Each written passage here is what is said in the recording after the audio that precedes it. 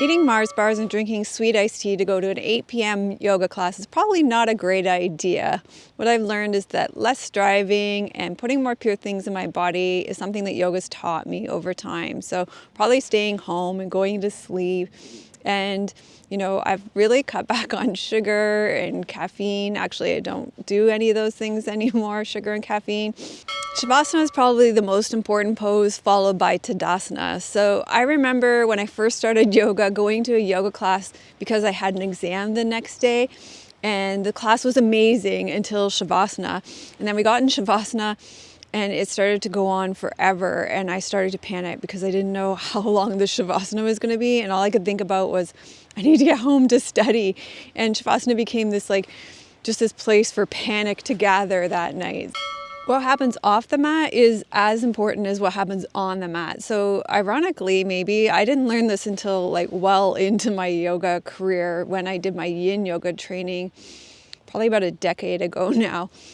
But this is so important. What I discovered when I did my yin yoga training is that the other 23 hours of my life were very yang. And after that training, I made some significant changes in my life so that things were more balanced. I wasn't trying to make up for the yang of my life on my mat by bringing things with 1 hour of yin. You know what I mean? So yeah, off the mat is as important as on the mat.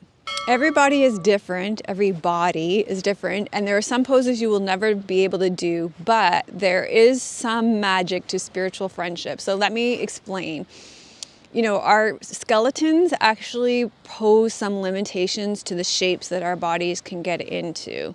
So for me, there are some forward flexing poses where the shape of my skeleton just limit the flexion of forward movements for me.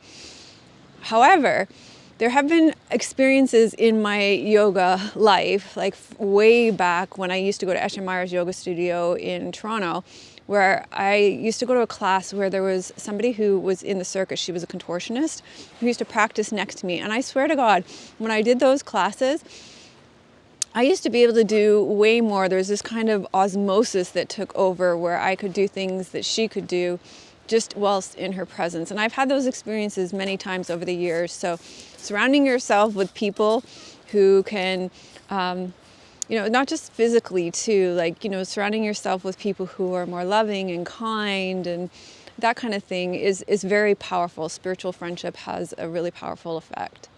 Stop handing your power over to an external authority figure. We all have everything we need within us. So we've all had experiences where we've been let down by an external power or authority. And as Thich Nhat says, the Buddha is the Sangha. We've all been in this for a number of years now. We've integrated the teachings within us now. We can rely on each other for support and for lifting each other up and for spiritual friendship and supporting each other and holding each other accountable. We don't need to rely on external authority figures any longer, nor did we ever need to. So you were right, yoga is about more than moving your body. It is a mental, emotional, energetic, and spiritual experience that you have through your body.